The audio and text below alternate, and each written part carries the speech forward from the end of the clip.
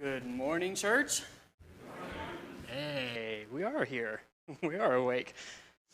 It's so good to see you all. It is so good to be here and to be encouraged by how many people are able to show up in person. But not everyone is able to do so. So what we're going to do first is we're going to say hi to all the people who are able to watch this on live stream. So what we're going to do is we're going to start over here in this direction. If you want to turn around and wave hello to everybody, make sure they know that they are welcomed and appreciated. Okay, now the center row, go ahead and turn around and say hi.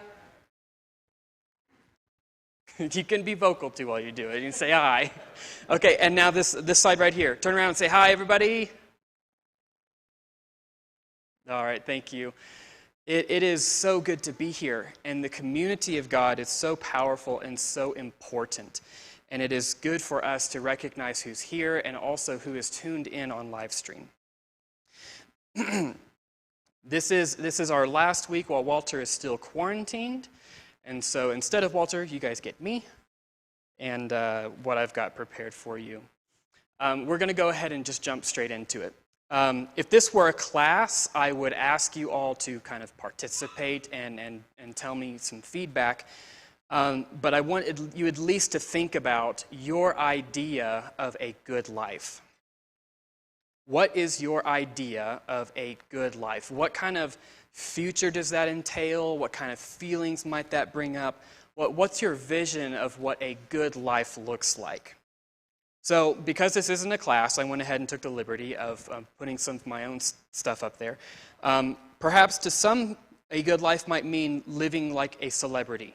You know, have fame, have fortune, you have money, you go to galas and movie premieres. Maybe you might dream about getting to know that famous person. You know, so instead of just seeing them on the movies, you actually invite them over to your house and they invite you back over to your house, and so you kind of become friends with all these notable people. Or maybe a good life looks like a life of meaningful work. So you might work your way up the ladder of a company, you know, start down low, but then you end up as CEO. Or maybe you want to start your own company and end up being like the next Elon Musk. Or maybe you want to start a nonprofit that helps a lot of people. You know, but whatever it is, perhaps a good life looks like a life of meaningful, fulfilling hard work. But yet for others, it might actually be the absence of hard work. It might be the ability to travel the world without a single care or a single place to be. To have enough money stockpiled to retire early, live on the beaches of the world, that might be the dream. But even if we struggle to have a clear picture of what it means to have a good life, we generally know it when we see it. We have gut feelings about what helps us towards our good life and what doesn't. What is going to help us get there and what is a setback. So, our culture has embedded markers of moving towards something good. Our culture says if you have upgraded your house, if you went to Disney World, if you set up a retirement plan, made the sports team, found some close friends, had a grandchild, or simply just had your family over for some good family time, then you're moving in the right direction. But perhaps nothing is as great or as iconic. Actually, I think I messed up there. Can you advance it one more? Yeah, okay. Perhaps nothing is iconic as finding your good life than the marker of happiness. If you're happy, then you are fulfilling your good life, or at least you're on the right track to it. Most everything we do seems to center on happiness itself. When you're thinking about what we want to do, we'll ask ourselves, well, what would make me happy? What do I want right now? What's going to fulfill me in this moment? And so we actually use this to trick ourselves into doing something maybe we didn't want to do. So why go to the gym? Right? I mean, especially after our New Year's resolution, we stick to it for a while and then we kind of give up.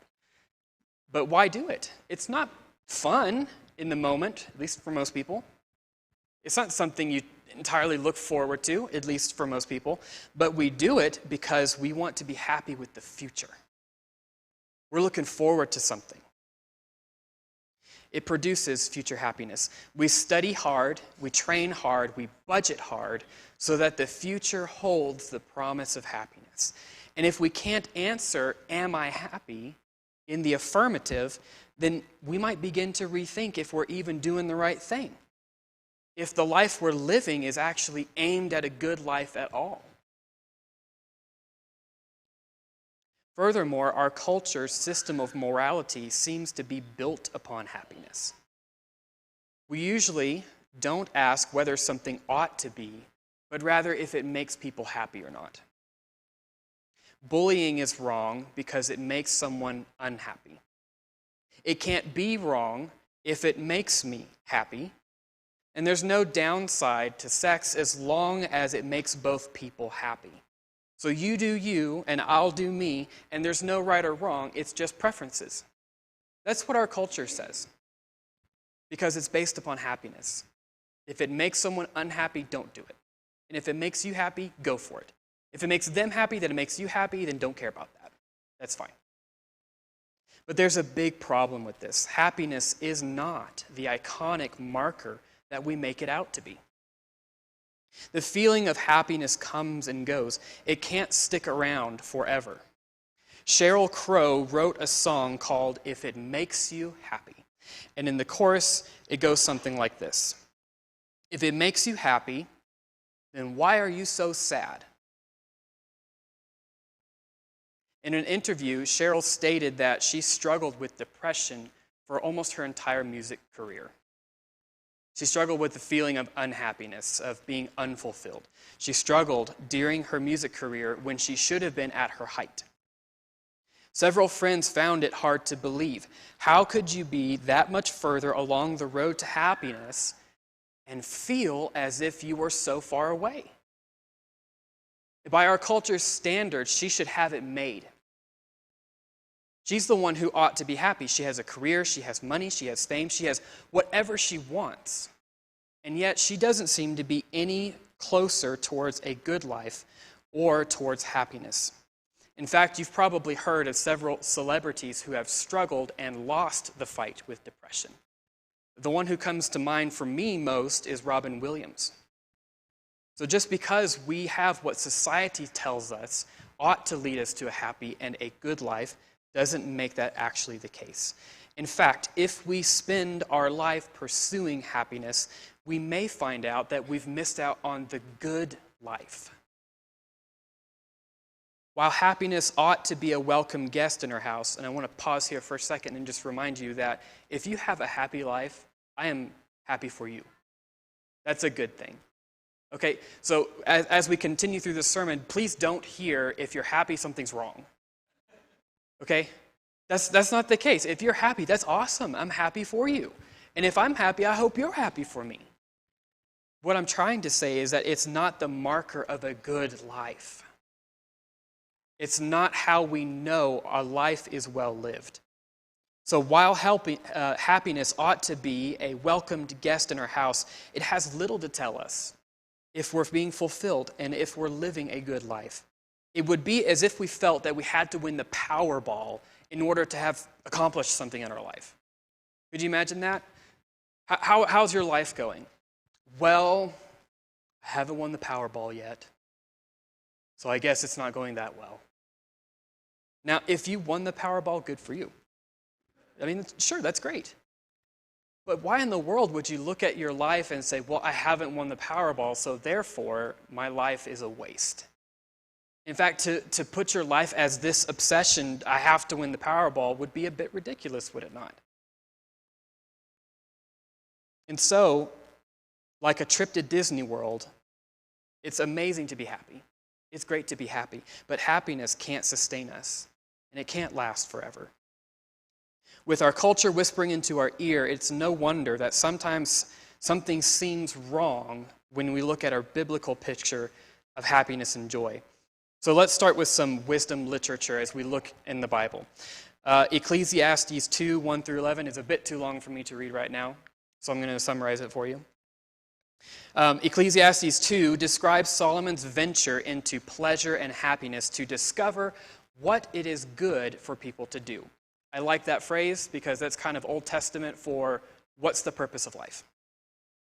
And so Solomon does all kinds of things. He builds things, he creates things, and he actually denies himself nothing. Solomon leverages his enormous wealth to deny himself nothing, to discover if happiness is the meaning of life. You know what his conclusion is? It's meaningless. Solomon did not feel that his life was more fulfilled because he was happy, because he was experiencing pleasure.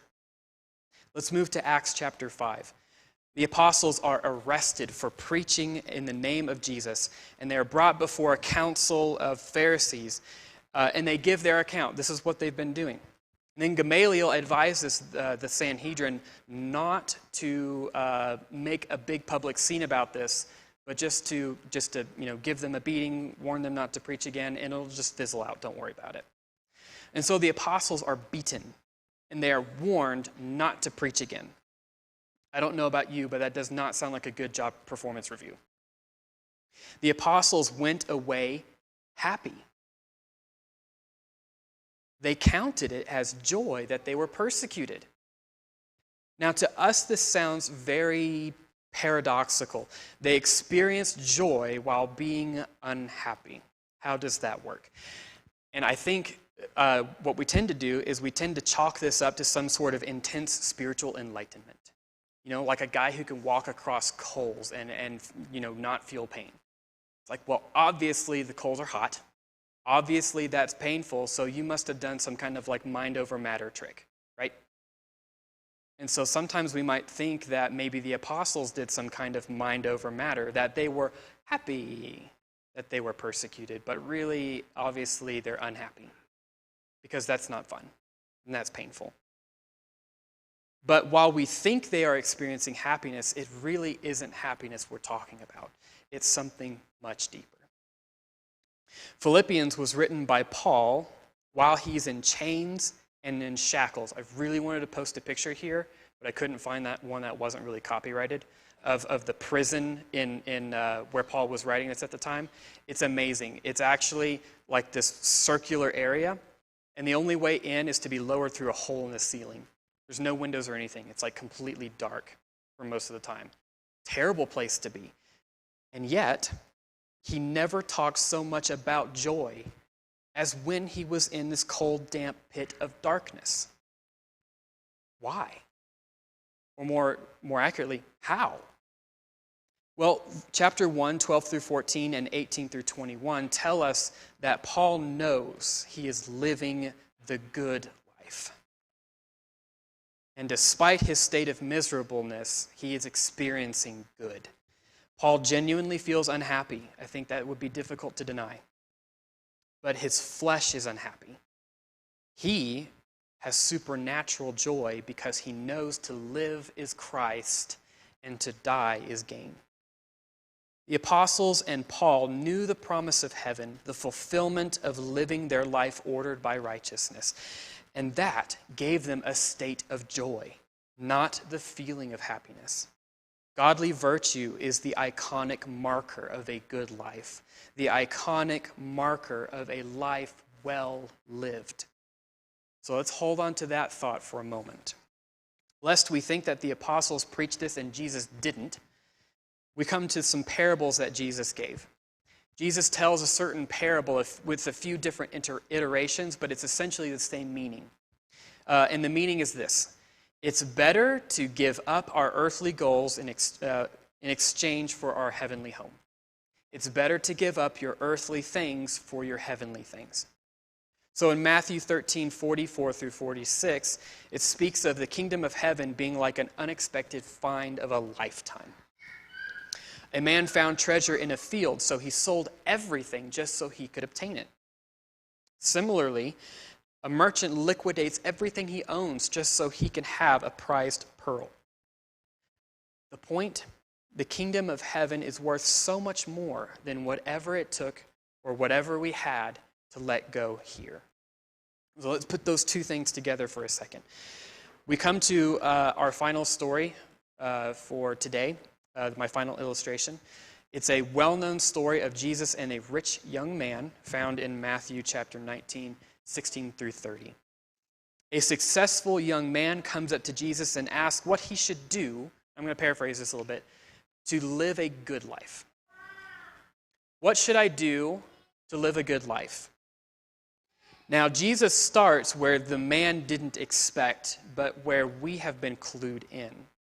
He says, essentially, what do you mean by good?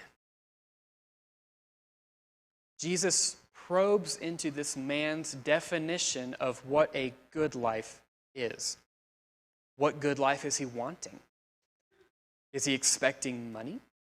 Is he expecting things to go easier in his life? Is he expecting respect or authority? What is this man looking for? What is his expectation of good? And so Jesus jumps on this. Only God is good. Happiness itself is not a fulfillment. It doesn't guarantee fulfillment or a life well lived. Only God is capable of filling our hearts. Only He can make meaning of our existence. And without Him, we're directionless. If you want a good life, be like God. And that's exactly what Jesus says. You know what godly virtue looks like. What does the Torah say? Go and be like God. Go and do those things. But the challenge at least seems lost on this man. He wants to know exactly what he has to do, presumably to check off some boxes. He's done all that God stuff. I did that. I went out and acted like God. I did that. Okay, so what do I do now? No, he's not perfect. Jesus sees through him and asks him to do something much more difficult than obeying even some complicated laws. Jesus asks him to give up his happy life. If he sells his fortune, he'll have treasure in heaven. He must stop seeking the goods and the happiness of this earth and commit to following God and participating wholeheartedly in his goodness. As written elsewhere, he must lose his life to find it. Less of self and more of thee. Now, he isn't giving up his riches so he can gain them later.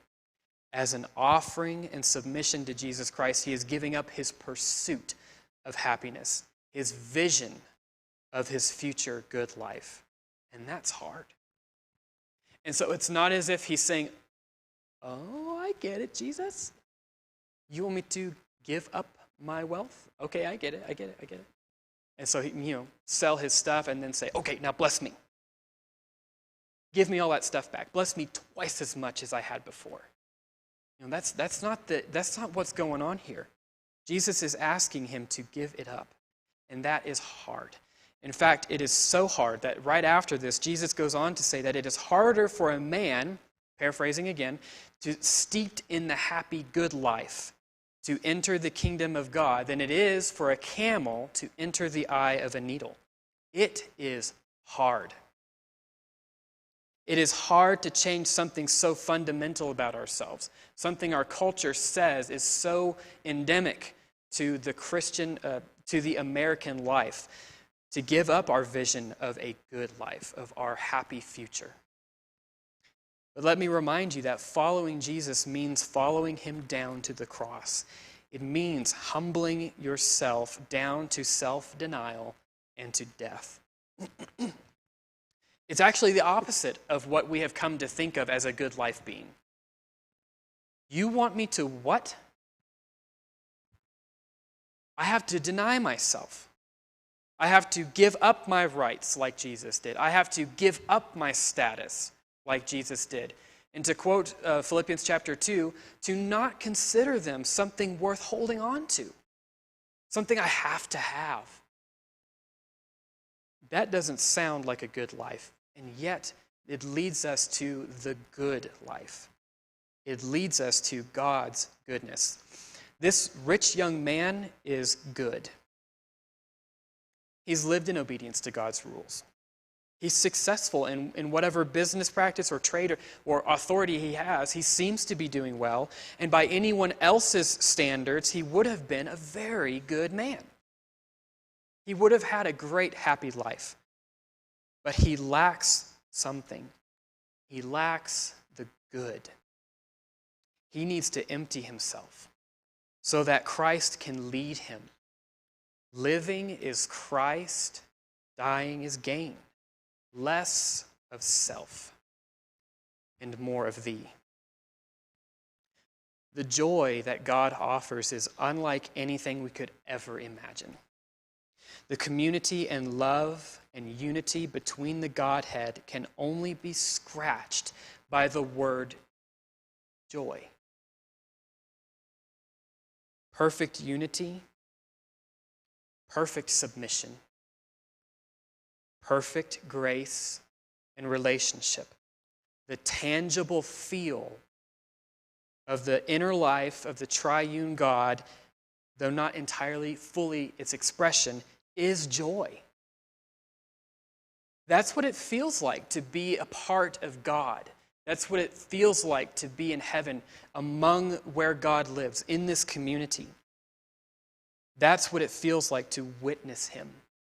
Unimaginable joy. And Jesus offers to lead this rich man to experience good by being reborn as a new creation, giving him a union with deity he could never in a million years have imagined. But the rich man seemingly declines, for he has made himself happy. And to die would cost him too much. It would waste his chance at a good life. He chooses to feel happy rather than experience transcendent joy. He chooses most of self, some of thee. So my question to you is, what guides your pursuit of a good life? Remember, it's not bad to feel happy. Remember, it's not bad. It's not a marker that you have somehow done wrong or have somehow sinned or have even aimed yourself in the wrong direction. If you feel happy, that's good. But what guides your pursuit? What guides your vision of a good life? Are you pursuing good or good? Is your life built around feeling happy, or is it built around participating in God's goodness wherever that might take you? Do you choose less of self and more of thee?